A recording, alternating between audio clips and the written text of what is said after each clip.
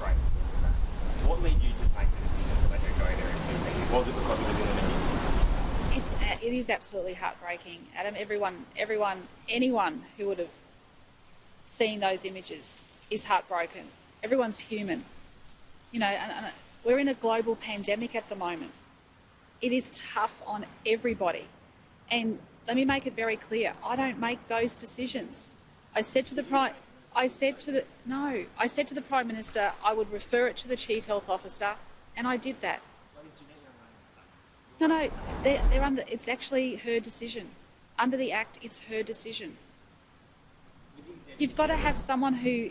You've got to take the clinical advice here. We're dealing with a health pandemic. It is absolutely tragic. It is heartbreaking. Families are not together at the moment. There are people at Heathrow waiting to come back home. There are people who are all around the world waiting to come back home. There are people who can't go and see babies or loved ones in Victoria. There's people who can't go and see people over in Western Australia. It is absolutely heartbreaking and gut-wrenching. The pandemic, at the start of the pandemic, when National Cabinet was becoming a thing, you gave quite a lot of praise to the Prime Minister's leadership. How is your relationship now with the Prime Minister? I think National Cabinet has a role to play, and I do think that National Cabinet works in the best interests of the nation. Do you stand by your comments made in the House yesterday that this phone call was made to bully and intimidate you? Yes. I said that very clearly yesterday. I'm not commenting anymore today. No. Sorry, no, I'm not. These are very, very heartbreaking issues, and as I said to the Prime Minister, I don't make these decisions. I was very clear. I do not make these decisions, the Chief Health Officer. All of these border issues stem from detention issues stem from the borders. Are you able to give some sort of clarity on when the borders may open? We heard from Dr. Young about a week ago, who talked about the 2 incubation periods, no community transmission. Is that criteria going to remain in place? Full stop. Well, that's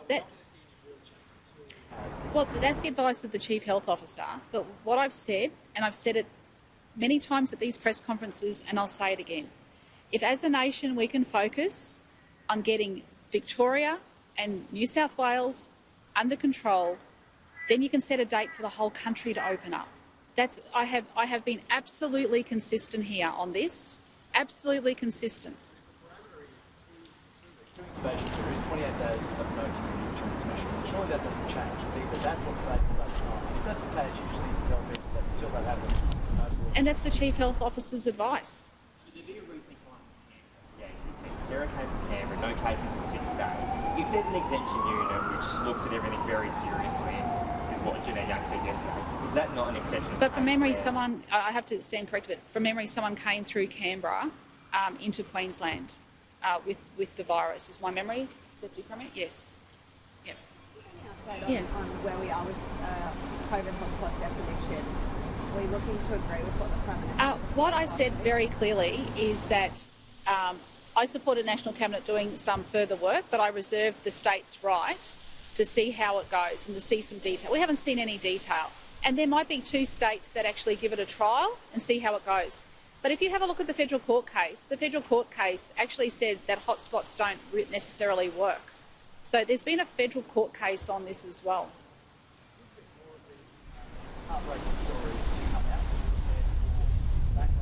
Look, I feel these issues very personally, just like everyone else does. That's why we've put in place this specialist care unit. We have around 80 people in this exemptions unit looking at these issues, and these people are human beings as well.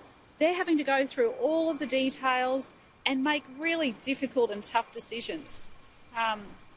But this is happening in other states as well. It's happening around the world. It's not nice.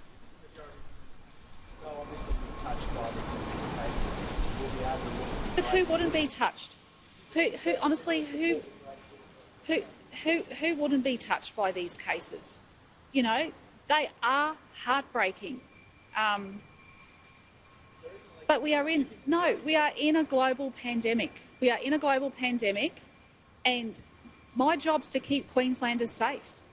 That's my job. My job is to keep 5 million Queenslanders safe.